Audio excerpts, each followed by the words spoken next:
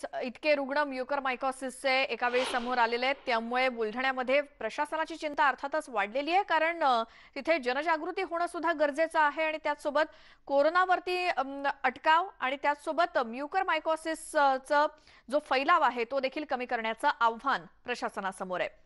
आता बुलढाण्यानंतर नागपुरातली परिस्थिती बघूयात. तिथे देखील म्युकरमायकोसिसचे 30 नवे रुग्ण समोर आलेत. गेल्या 24 तासात रुग्णांमध्ये वाढ झाली आणि म्युकरमायकोसिसमुळे काल 4 रुग्णांचा नागपूरमध्ये मृत्यू देखील झालाय.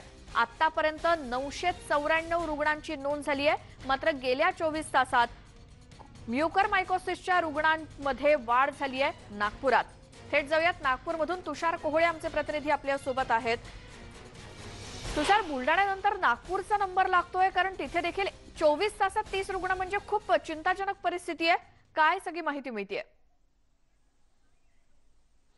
जर का बघायचं झालं तर नागपूरमध्ये हळूहळू म्युकरमायकोसिसचा विळखा घट्ट होताना दिसत आहे. ही आकडेवारी जर बघितली त्यावरून आपल्याला कल्पना येते रोज 25च्या वर रुग्ण नागपूरमध्ये सापडत आहे. आणि महत्त्वाची गोष्ट की हा आकडा आता 1000च्या घरामध्ये पोहोचलेला आहे. नागपूरचे वेगवेगळे रुग्णालय असेल, मग ती सरकारी असेल किंवा खाजगी असेल, सर्व जिथे ENT OPD चालतात ते सर्व ठिकाणी म्युकरमायकोसिसचे रुग्ण मोठ्या प्रमाणामध्ये उपचारांना येताना दिसत आहे.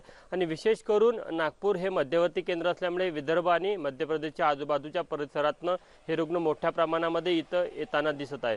या व्यतिरिक्त डॉक्टरांनी जी माहिती दिली की अनेक रुग्णांना म्युकरमायकोसिसचं सुरुवातीला निदानच लागत नाही, मग त्यांना कळतच नाही त्यांना नेमकं काय झालं. ते जेव्हा डॉक्टरकडे जातात तेव्हा बराच वेळ झालेला असतो, त्यामुळे अनेक रुग्णांची प्रकृती देखील गंभीर झालेली आहे. जर का तुम्ही बघायचं झालं तर आतापर्यंत नागपूरमध्ये 54 रुग्णांचा म्युकरमायकोसिसमुळे मृत्यू देखील झालेला आहे. तर हा जो आकडा आहे किंवा हे जे संपूर्ण एक ट्रेंड नागपूरमध्ये पाहायला मिळतो, त्यामुळे निश्चितच म्युकरमायकोसिसची परिस्थिती नागपूरमध्ये दिवसेंदिवस चिंताजनक होताना दिसत आहे. आणि सोबतच म्युकरमायकोसिसला लागणारे जे औषध आहे ते देखील नागपूरमध्ये मिळत नाही. अत्यंत अल्प प्रमाणामध्ये रोज प्रशासनाला तो साठा मिळतो. म्हणजे जर का तुम्ही बघितलं तर सामान्य काळामध्ये नागपूरमध्ये वर्षाला 150 ते 200 इंजेक्शन म्युकरमायकोसिसचे लागायचे. एल्फिंटोसिरिन बी हे जे औषध होतं ते वर्षाला 150 ते 200 प्रमाणामध्ये लागायचं. आता दिवसाला ते 500च्या वर लागतं. यावरनं तुम्हाला कल्पना येईल की किती पटीने याची जी मागणी आहे ती वाढलेली आहे. आणि महत्त्वाची गोष्ट की रुग्णांची सातत्याने वाढ देखील होताना दिसत आहे. विशेष करून मध्य प्रदेश आणि पूर्व विदर्भातल्या आजूबाजूच्या जिल्ह्यातले रुग्ण मोठ्या प्रमाणामध्ये नागपूरला उपचाराला येत आहे.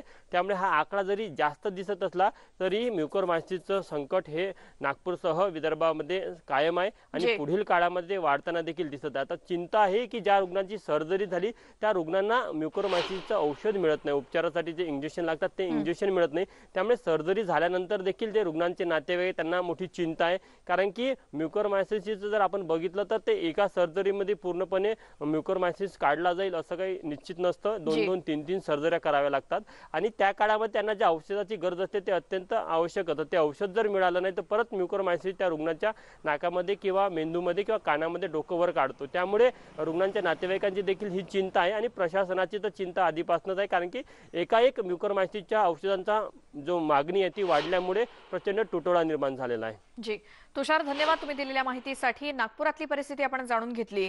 तर बुलढाणा आणि नागपूर नंतर इतर ठिकाणची सुद्धा म्युकरमायकोसिस संदर्भात काय स्थिती आहे, तिथे किती रुग्ण आहेत जाणून घेणार आहोतच अगदी एका छोट्याशा ब्रेक नंतर.